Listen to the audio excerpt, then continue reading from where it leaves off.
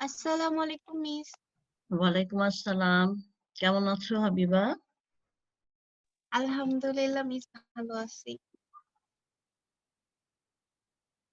Tabassum Sumaiya, role কোথায়? তাবাসসুম সুমাইয়া, রোলটা লেখার কথা তোমাদের।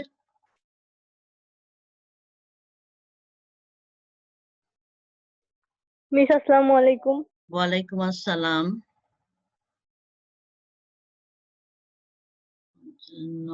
64। আচ্ছা, তোমাদের রোলগুলো পাশে লিখবা, কেমন? ওয়ালাইকুম আসসালাম।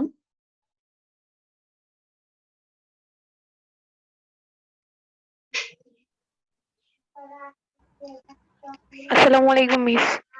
হ্যাঁ, মারিয়া আক্তার। আচ্ছা, মিস আদাব। ওয়ালাইকুম আসসালাম, আদাব। মিস আসসালামু আলাইকুম। ওয়ালাইকুম আসসালাম। মাইশা আক্তার, তোমার রোলটা একটু বলো।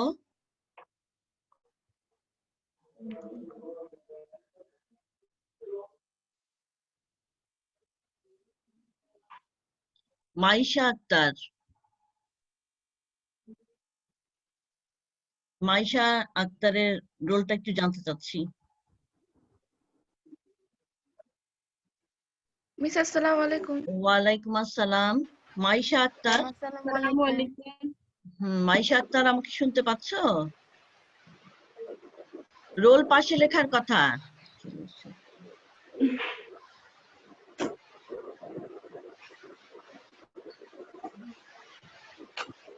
এখনো অনেকে রোল লিখো না তোমরা। জানি না, ওখানে আছে আমি। আচ্ছা, যারা কথা বলছো 36 নিচে।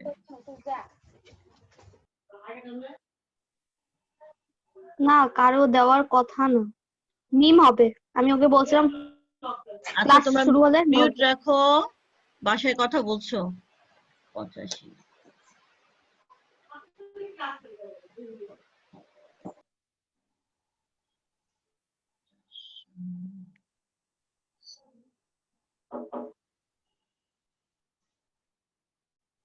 তোমাদের রোল গুলা অনেকের নাই, পাশে নামের পাশে রোল নাই।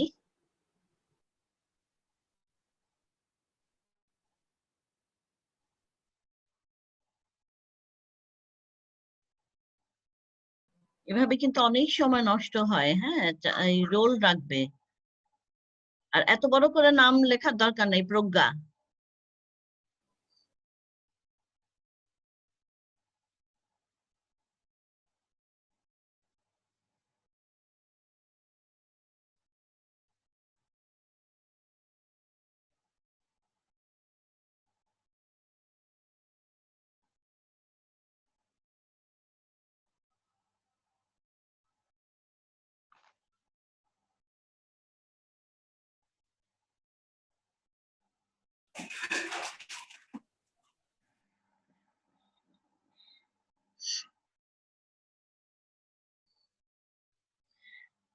আচ্ছা, আমরা কিছুক্ষণের মধ্যেই আমাদের ক্লাস আরম্ভ করে দিব। 33 জন আমরা আছি। 33 জন আমরা আছি, আমরা ক্লাসটা শুরু করে দেই। হ্যাঁ, গত লেকচারে তোমাদের মনে আছে কিনা, আমরা একই চ্যাপ্টারই পড়ছি এখনো। আমি স্ক্রিন শেয়ার দিই।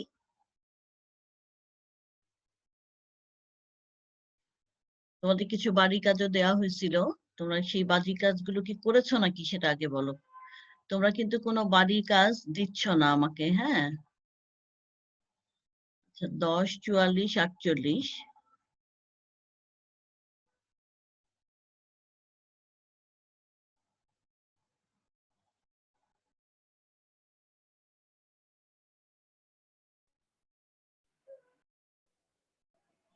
তোমরা সবাই ভিডিও অন করো, সবাই ভিডিও অন করো। দিবা, রোলটা কোথায় তোমার? দিবা,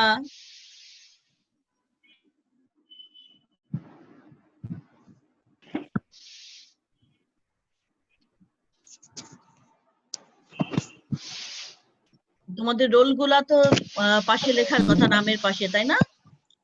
বলো দেখি, এখনো তো এটা করছো না তোমরা।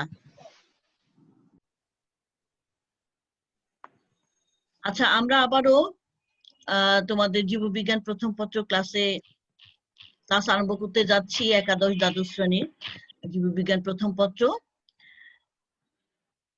অধ্যায় 11, জীব প্রযুক্তি, লেকচার 22, পর্ব 14।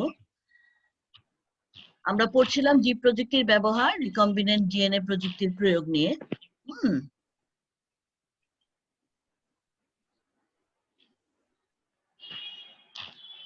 এটা অনেক বড় একটা টপিক, এবং এটার যে অংশগুলো আমরা পড়েছি গত লেকচারে, সেটা হচ্ছে মলিকুলার ফার্মিং এ জীব প্রযুক্তি বা রিকম্বিনেন্ট ডিএনএ প্রযুক্তির প্রয়োগ, এবং পরিবেশ ব্যবস্থাপনায় রিকম্বিনেন্ট ডিএনএ প্রযুক্তির প্রয়োগ। এবং এর কিছু অংশ বাকি ছিল আমাদের পড়ার, পরিবেশ ব্যবস্থাপনায় রিকম্বিনেন্ট ডিএনএ প্রযুক্তির প্রয়োগে কিছু অংশ বাকি ছিল, এবং আজকে সেই অংশটা পড়বো। এবং জিনোম সিকোয়েন্সিং এই টপিকটা আমরা শুরু করব। এই সম্পর্কিত কিছু তথ্য আমরা আজকে তোমাদের সামনে তুলে ধরবো। তো আমরা প্রথমেই পরিবেশ ব্যবস্থাপনায় রিকম্বিনেন্ট ডিএনএ প্রযুক্তির যে প্রয়োগ সেই সম্পর্কে একটু আলোচনা করব। পরিবেশ ব্যবস্থাপনা কি গত লেকচারে আমি বলেছিলাম, তবুও যেহেতু শুরু করব, আবারও বাকি অংশটা পড়বো আজকে বা আলোচনা করব, সুতরাং সেই অংশটা আগে একটু মনে করার চেষ্টা করি যে পরিবেশ ব্যবস্থাপনা কি।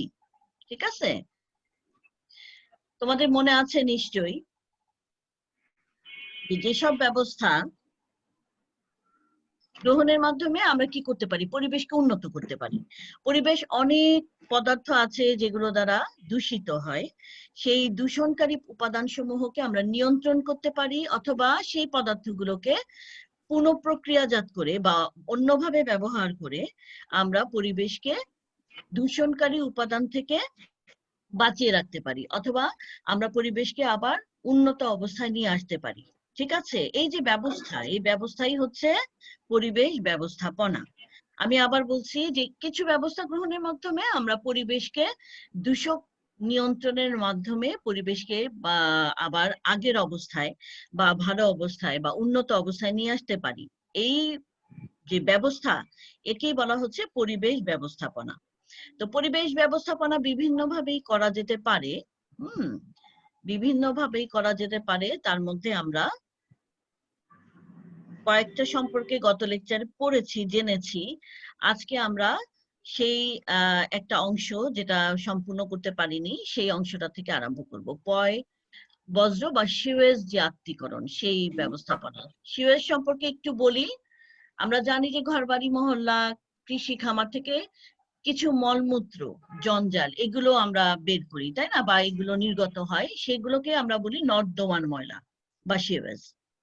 এই নর্দমার ময়লা অনেক সময় ঝড় বৃষ্টির পরিত্যক্ত পানি কিন্তু এই নর্দমার ময়লার সাথে মিশে যায়। তখন আবার এই ঝড় বৃষ্টির পানিকেও আমরা তখন সিওয়েজ হিসেবে পেয়ে থাকি, এবং এই সিওয়েজের পানি আমাদের জন্য খুব ক্ষতিকর। হ্যাঁ, রোগ উৎপাদনকারী পরজীবী সহ জৈব, অজৈব অনেক পদার্থ এই পয় বজ্রের মধ্যে থাকে। এর ফলে কি হয়, এগুলো যদি আমাদের পানির সাথে, খাবার পানি বা ব্যবহার্য পানির সাথে মিশে যায়, হ্যাঁ, তাহলে কিন্তু আমরা এই বিভিন্ন রোগ দ্বারা আক্রান্ত হব। ঠিক আছে? এই জন্য এটা যেন না হয়, সেই ব্যবস্থা আমাদেরকে গ্রহণ করতে হয়। ঠিক আছে? তো উন্নত দেশে জৈবিক উপায়ে এই সিওয়েজ বা পয় বজ্রকে পরিশোধন করা হয়। পরিশোধন কেন করা হয় জানো? পরিশোধন না করলে তো খাবার পানির সাথে এগুলো মিশে যাবে, তাই না? ফলে কি হবে, যদি খাবার পানির সাথে মিশে যায় তাহলে আমরা সেগুলো খাবো এবং আমাদের অসুস্থতার কারণ হবে সেগুলো। তো এগুলোর মধ্যে বিভিন্ন ধরনের ব্যাকটেরিয়া থাকে, শৈবাল, ছত্রাক, প্রোটোজোয়া, এই তোমার এগুলোর মাধ্যমেই আমরা কিন্তু সিওয়েজকে পরিচ্ছন্ন করতে পারি। অর্থাৎ সিওয়েজের যে, ওয়ালাইকুম আসসালাম, আচ্ছা, আমরা সিওয়েজের পানি খাবার এবং ব্যবহার্য পানির সাথে মিশতে না পারে সেজন্য আমরা কি করি, বিশেষ করে উন্নত দেশগুলোতে জৈবিক উপায়ে এগুলোকে পরিশোধন করা হয় এবং বায়বীয় এবং অবায়বীয় বিভিন্ন ব্যাকটেরিয়া, শৈবাল, ছত্রাক, প্রোটোজোয়া এগুলোকে এই প্রক্রিয়া অংশগ্রহণ করে। কি প্রক্রিয়াতে? আজকে কিন্তু তোমরা আর দাগাদাগি করো না, কেমন? আমি আশা করব তোমরা এই কাজটা আজকে করবা না। করলে ঠিক আছে, পরে দেখা যাবে, পরে বলছি এ ব্যাপারে। যাই হোক, তো প্রক্রিয়া অংশগ্রহণ করে এবং এরা জৈব পদার্থকে ভাঙে।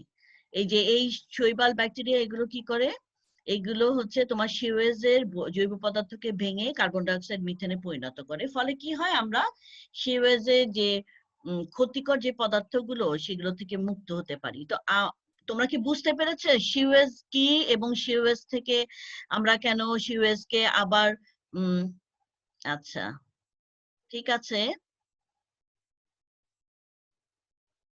মনিরা চৌধুরী কে? মনিরা চৌধুরী, মনিরা চৌধুরী একটু আনমিউট হও। মনিরা চৌধুরী, মনিরা চৌধুরী। মিস হ্যাঁ, তুমি তুমি না কি না মিস আমি আচ্ছা মনিরা চৌধুরী একটু ইয়ে হও, তুমি আসো, ভিডিও অন করো, আনমিউট হও। মনিরা চৌধুরী, মিস মনিরা চৌধুরী আনমিউট হও তুমি। মনিরা চৌধুরী, সময় নষ্ট করো না বাবা, একটু আনমিউট হও, দেখি তোমাকে, দেখি কে তুমি। মিস মনিরা চৌধুরী তুমি একটু ক্যামেরাতে আসো বাবা, একটু ক্যামেরাতে আসো। মিস হ্যাঁ, তুমি ক্যামেরা অন করো please. Munira Chowdhury camera on করো বাবা, সময় নষ্ট করো না। হ্যাঁ, একটু ক্যামেরা অন করো, দেখি তুমি কে। আচ্ছা, তুমি কি দাগাদাগি করছো? তুমি দাগাদাগি করেছো? না মিস আমি কিছু কই নাই, আমি মাত্র জয়েন করলা? এখানে কিন্তু দেখা যায় কে দাগাদাগি করছে, আমি কিন্তু এখনই দেখতে পেলাম। মিস আমি তো কিছু করি নাই। আচ্ছা ঠিক আছে, করো না বাবা। আচ্ছা, আমি একটু স্ক্রিন শেয়ারটা অফ করছি। হ্যাঁ, স্ক্রিন শেয়ার অফ করছি।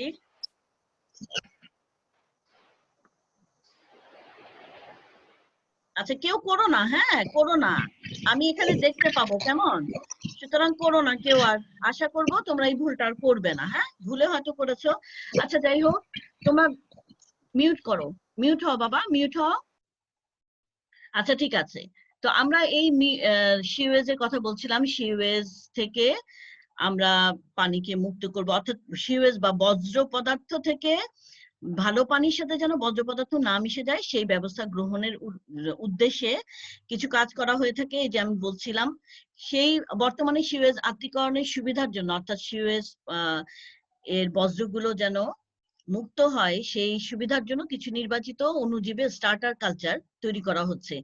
তোমরা জানো যে আমরা যে দই তৈরি করি তার জন্য স্টার্টার কালচার থাকে, সেই রকমই বিভিন্ন ব্যাকটেরিয়া বা অন্য অণুজীবের সহায়তায় স্টার্টার কালচার তৈরি করা হয় এবং সেগুলোকে ব্যবহার করে সিওয়েজের যে তোমার বজ্র পদার্থগুলো থাকে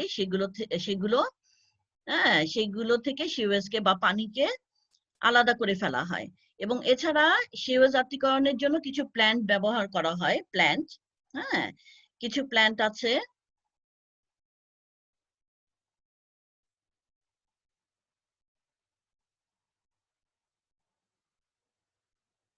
আচ্ছা, তোমরা আবার দাগাদাগি করছো তাই তো? মিস মাইশা আক্তার নামে একজনের নাম উঠছে। মাইশা আক্তার, একটু প্লিজ ইয়ে হও তুমি। মাইশা আক্তার, মাইশা আক্তার। আচ্ছা, আমি ইরেজ করে আরম্ভ করছি মাইশা আক্তারের। মাইশা আক্তার, এভাবে যদি সময় নষ্ট করো তোমরা তাহলে তো সমস্যা, তাই না? এই যে আসতে থাকে, আমি তো কাজ করতে পারবো না তাহলে, তাই না? মিস দাগানোর অপশনটা তো অফ করা যায়। হ্যাঁ, অফ করবো না আমি, আমি দেখতে চাচ্ছিলাম যে কে করছে এসব। হ্যাঁ, নামটা আবার বলো। মাইশা নাকি আদিবা হাবিবা? জি মিস। আচ্ছা অ্যানোনেট, এভাবে সময় নষ্ট করলে সমস্যা না বলো তো?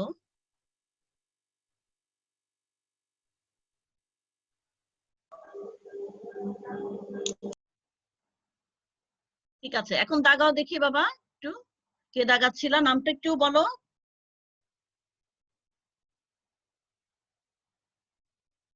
নামটা একটু বলো।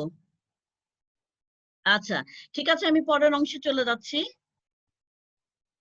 পরের অংশে চলে যাচ্ছি। প্ল্যান্ট গুলো আমরা এখন একটু দেখব, খুব ছোট্ট একটা অংশ আজকে আমরা উপস্থাপন করব।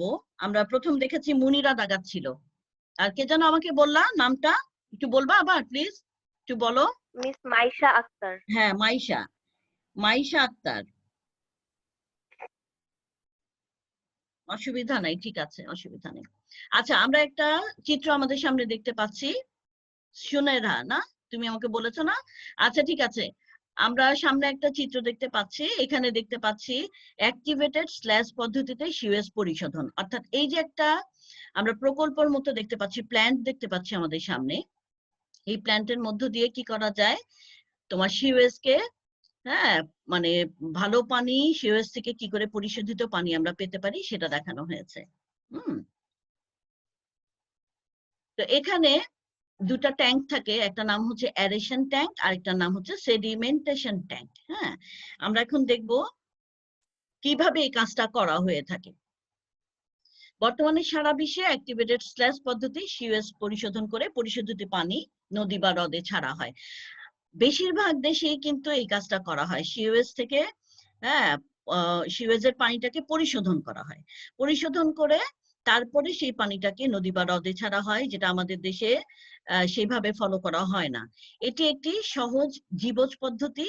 এর ফলে কি হয়, পরিবেশটা দূষণ মুক্ত থাকে। এই পদ্ধতিতে অ্যারেশন ট্যাঙ্ক এবং সেডিমেন্টেশন ট্যাঙ্ক নামক দুটা ট্যাঙ্ক থাকে, যে আমরা দেখতে পাচ্ছি অ্যারেশন ট্যাঙ্ক, এরপরে সেডিমেন্টেশন ট্যাঙ্ক। কি করা হয় দেখো, প্রথম যে ট্যাঙ্ক অর্থাৎ অ্যারেশন ট্যাঙ্ক, বিভিন্ন অণুজীব যেমন ব্যাকটেরিয়া, ছত্রাক এগুলো সমৃদ্ধ থাকে।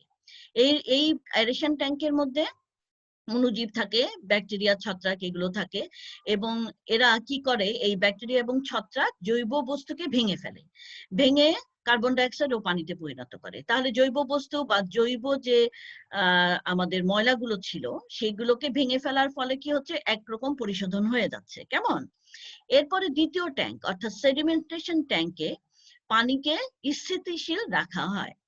57, এত দেরিতে কেন জয়েন করো তোমরা? আচ্ছা 57, সরি কি বলছিলাম, দ্বিতীয় ট্যাঙ্কে পানিকে স্থিতিশীল রাখা হয়, অর্থাৎ এটাকে অনেকক্ষণ রেখে দেওয়া হয়। এর ফলে কি হয়, তলানি পড়ে, নিচে নোংরা গুলো তলানি হিসেবে জমা হয়, আর উপরে পরিশোধিত পানি থাকে। এর ফলে এই পরিশোধিত পানি উপরে জমতে থাকে এবং এই লেভেল পর্যন্ত পৌঁছে গেলে পাইপ দিয়ে পরিশোধিত পানি বের হয়ে যায়। তাহলে দুটা অংশের দুটা কাজ, একটা হচ্ছে ব্যাকটেরিয়া ছত্রাকের মাধ্যমে জৈব বস্তুকে ভেঙে ফেলা এবং পানিকে পরিশোধিত করা একরকম ভাবে। এর পরবর্তী ট্যাঙ্কে যে অনেকক্ষণ রেখে দিলে ট্যাঙ্কের পানির মধ্যে তলানি পড়ে এবং তলানিতে নোংরা গুলো থাকে, উপর দিয়ে পরিশোধিত পানি বের হয়ে যায়।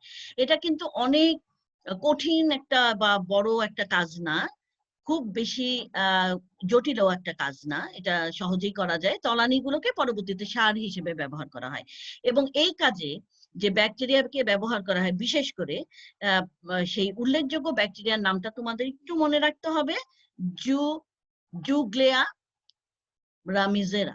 ঠিক আছে, জুগ্লেয়া রামিজেরা। আমরা আশা করি তোমাদের মনে থাকবে, দুই একবার দেখলে কিন্তু মোটামুটি মনে থাকে, এগুলো অবজেক্টিভেও আসে।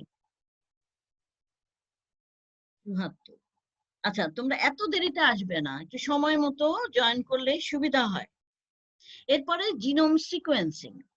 জিনোম সিকোয়েন্সিং একেবারে খুবই গুরুত্বপূর্ণ তোমাদের জন্য একটা টপিক। আমাদের আর হয়তো একটা ক্লাস বা দুইটা ক্লাস লাগতে পারে এই চ্যাপ্টারটা শেষ করার জন্য। আমরা এই জিনোম সিকোয়েন্সিং হচ্ছে এই চ্যাপ্টারের খুবই গুরুত্বপূর্ণ একটা অংশ। একটু মনোযোগ দিয়ে শুনবা, আমি খুবই অল্প অংশ পড়াবো আজকে, কেননা অন্য বিষয় নিয়ে আলোচনা করার আছে আমার।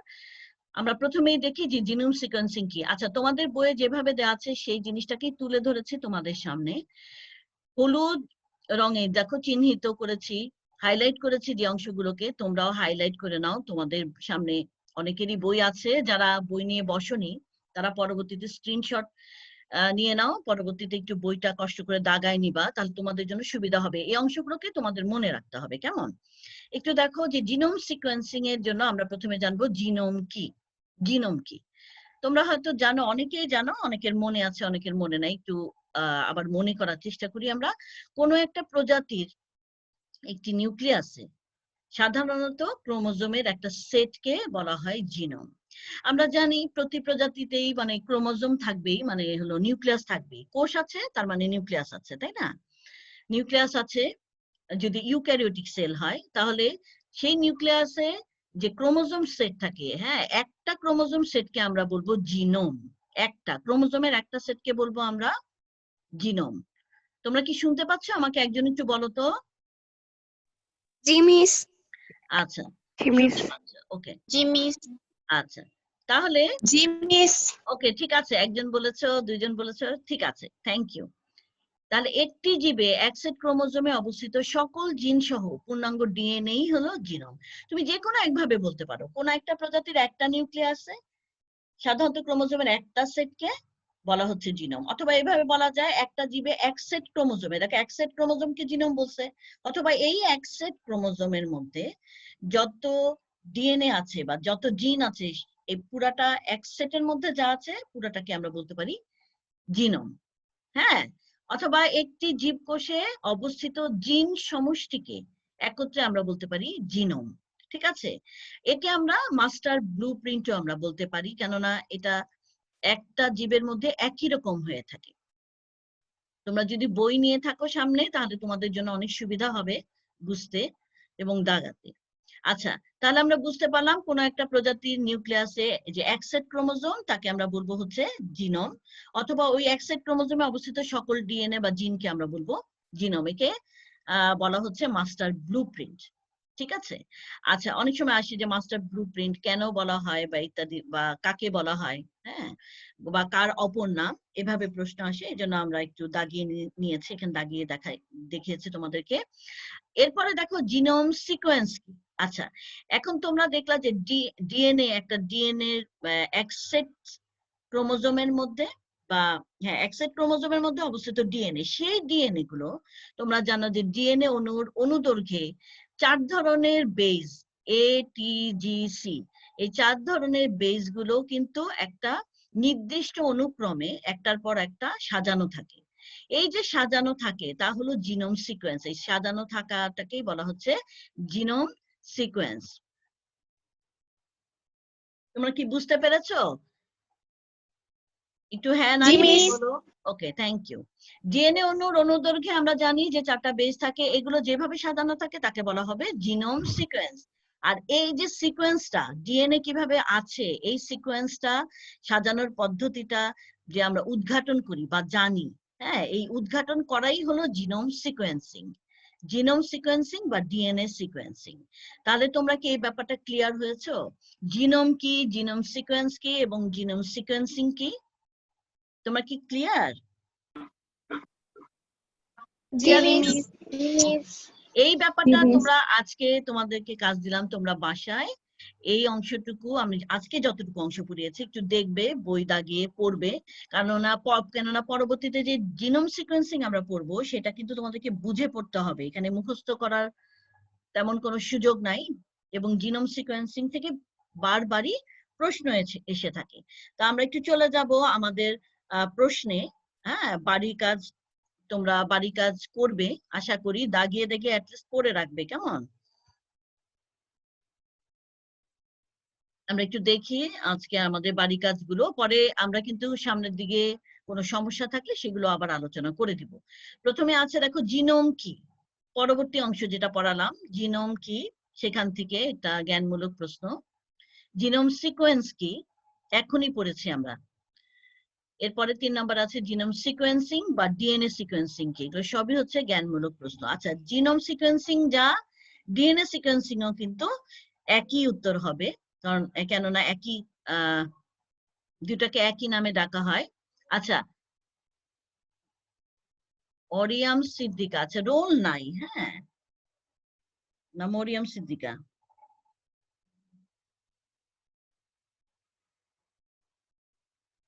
আচ্ছা এখন দেখো মরিয়াম কি জয়েন করেছো? মরিয়াম সিদ্দিকা নাকি? আচ্ছা এরপরে আছে 4 নম্বরে পরিবেশ ব্যবস্থাপনা কি।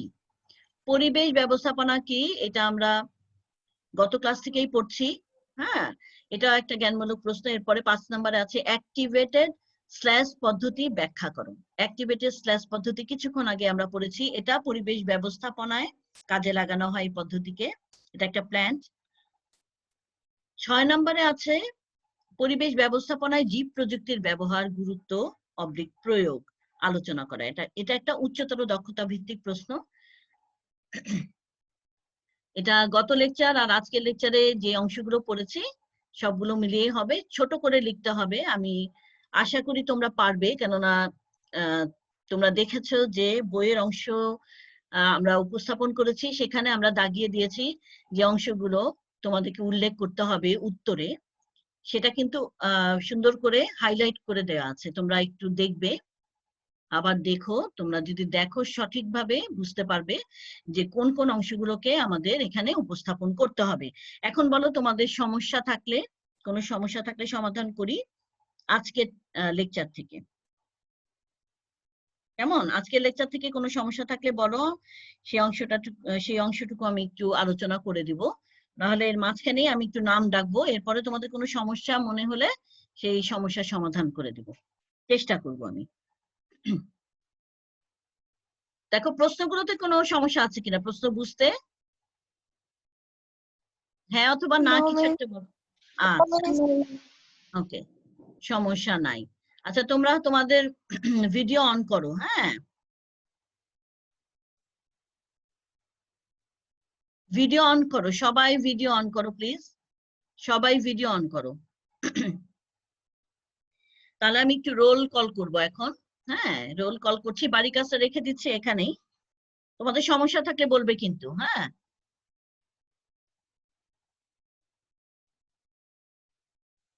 আচ্ছা তোমরা 301 থেকে 10-এর মধ্যে যারা আছো একটু বলো, 301 থেকে 10, 1 থেকে 10-এর মধ্যে যারা আছো একটু বলো। 301 আছো? জি মিস। হ্যাঁ বলতে থাকো, রোল বলতে থাকো। 301, 2, 302 প্রেজেন্ট। হ্যাঁ 3, প্রেজেন্ট মিস। 3, 4, 4, 4 বলো, 4 নাই। আচ্ছা 5, 6, 7, 7 প্রেজেন্ট মিস। 36 এখন এসছে, হ্যাঁ 7 প্রেজেন্ট। আচ্ছা 8, 9, 10 প্রেজেন্ট মিস। হ্যাঁ 10 আছে তো, হ্যাঁ আচ্ছা 1 থেকে 10-এর মধ্যে কেউ বাদ গেল আমি বলি। 1, 2, 3, 7, 10 আছে, এর মধ্যে কেউ বাকি আছো? আচ্ছা যা ভিডিও অন করবে আনমিউট হয়ে প্রেজেন্ট দিবে। আচ্ছা এরপরে আমি 11 থেকে 20 পর্যন্ত রোল বলছি, তোমরা যে যে আছো বলো, বাকিরা তোমরা মিউট হয়ে যাও। আচ্ছা 11, 12, 13 মিউট হও, সবাই মিউট হও। 13 অবনী মিউট হও, বাবা অবনী মিউট হও, বাকি সবাই মিউট হও। অনেক আওয়াজ আসছে। 11 থেকে 20-এর মধ্যে 11, 12, 13, 14, 15, 16, 17, 18, 19, 20 আচ্ছা নাই। 21, 22, 23, 24, 25, 26, 27, কত 26, 26, 27, 28, 29, 30, 31, 32, 33, 34, 35, Yes ma'am. কত Yes ma'am. কত রোল বলো। Ma'am 34. 35, 34 35 আছো আচ্ছা 36 37 প্রেজেন্ট ম্যাম কত Ma'am, 37 কত 36 36 37 37 38 39 40 41 42 Yes, ma'am. কত 42 40 আছো তো Ma'am, স্মৃতি 40 আছো 41 40 41 আছে 42 42 আছো জি miss okay 42 43 44 present 45 miss miss 44 কত 44 আচ্ছা রোল বলবা প্রেজেন্ট বলার দরকার নাই রোল বলে দাও 45 46 47 48 ম্যাম আমি 48 গুড 49 50 51 প্রেজেন্ট ম্যাম কত 50 50 51 52 yes miss 53 present miss 54 55 Yes, 56 miss. কত 55 আচ্ছা 56 57 58 মিস 58 কত 57 58 দুজনেই আছে তাই তো 59 60 কত 58 59 59 60 আছো 59 60 কেউ আছো 60 আছো তো 60 আছো না তোমরা বাকিরা মিউট হও 61 62 কত 61 62 63 64 কত মিস 64 62 মিস 64 আচ্ছা হ্যাঁ 64 দিয়েছি 65 ছেষট্টি মুমু Yes, 65 হ্যাঁ 66 Miss 66. ওকে 67 68 69 70 ইয়েস মিস কত 70 70 71 72 73 74 Yes, ma'am. 74. 74 গুড চলে যাব 75 76 77 78 79 80 Miss 79. 79 80 81 82 83 84 85 86 87 কত 87 85 85 আচ্ছা 87 হ্যাঁ দিয়েছি 87 88 89 মিস 88 88 89 90 91 92 93 94 95 96 97 98 99 400 99 ম্যাম কত 99 99 400 400 বোঝা যাচ্ছে না 400 আছো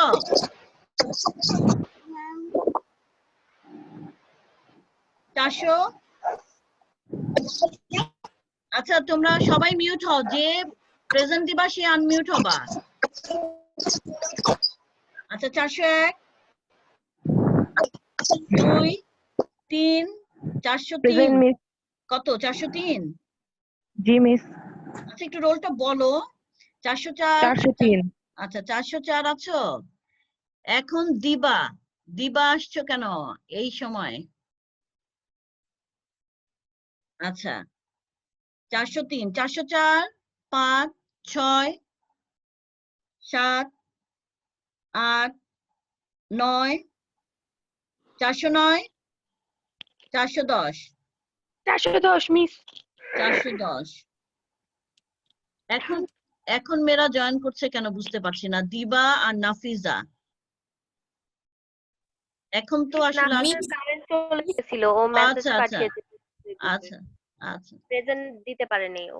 আচ্ছা বাংলাদেশ নাফিজা এখন রোল তো তোমাদের থাকতে হবে কিন্তু 332 রোল। না, তাহলে রোলটা তো আমি এভাবে জিজ্ঞাসা করতে পারবো না আলাদা করে, তাই না? আচ্ছা আচ্ছা 10-এর পরে 11, 12, 13, মিস 14, 411 11, 12, 13, 14, 15, 16, 17, কত পর্যন্ত আছো জানো তোমরা? 17, 18, 19, 20। তোমাদের রোল স্ট্রেংথ তো মনে হয় 20-এর বেশি না, না? তোমাদের সবার নাম কি ডাকা হয়েছে, মানে সবার রোল কল করা হয়েছে? একটু একজন বলো। মিস আমারটা কারেন্ট চলে গেছিল। বলো কত রোল? 332। 32। আচ্ছা 332 নিয়েছি। হ্যাঁ, আর কার কার আছে? মিস 365 মিস 365 আমার কান চলে গিয়েছিল। আচ্ছা 365। হ্যাঁ নিয়েছি জি 65। মিস। হ্যাঁ, আর কেউ আছে এরকম যার হয়নি, রোল কল করা হয়নি বা দিতে পারো নি, এমন কেউ থাকলে বলো। আমরা আসলে আচ্ছা তাহলে তোমাদের এখানে কোনো সমস্যা না থাকলে আমরা স্ক্রিন শেয়ারটা অফ করে দিচ্ছি। আমরা এখন 35 জন আছি, এতক্ষণ 42 জন ছিলাম। এত তাড়াতাড়ি লিভ কেন নিচ্ছে মেয়েরা? আচ্ছা তোমাদের কিছু আর বলার থাকলে বলতে পারো। আমরা সামনের দিন এই জিনোম সিকোয়েন্সিং এর অংশ, বাকি অংশটা জানবো, কেমন? তো আমাদের একেবারে সময় শেষ। ম্যাম আমারটা হচ্ছে 446।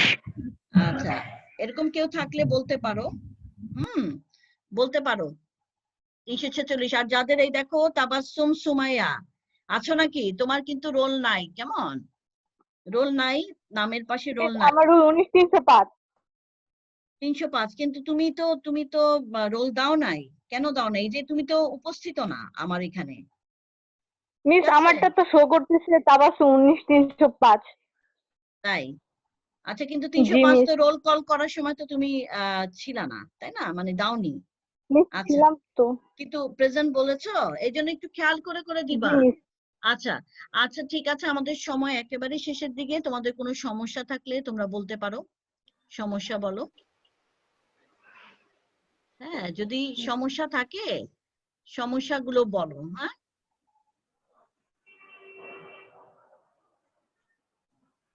সমস্যা থাকলে বলো মেয়েরা। নাই, ধরে নিচ্ছি তোমাদের কোনো সমস্যা নাই। ঠিক আছে, তাহলে আমাদের সময় প্রায় শেষের দিকেই। আমরা সামনের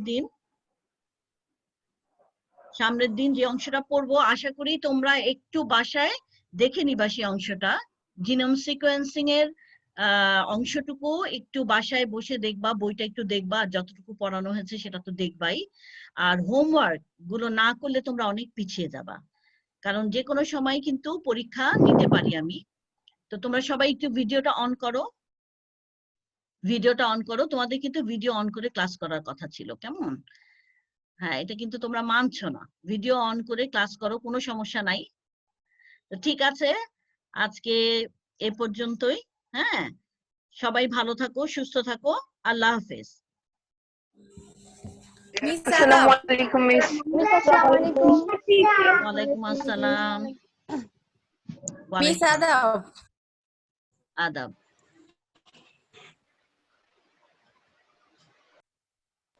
মিম হ্যাঁ বলো। নাফিস কিছু না। আচ্ছা ঠিক আছে, আল্লাহ হাফেজ তাহলে। হ্যাঁ, আল্লাহ হাফেজ। আল্লাহ হাফেজ।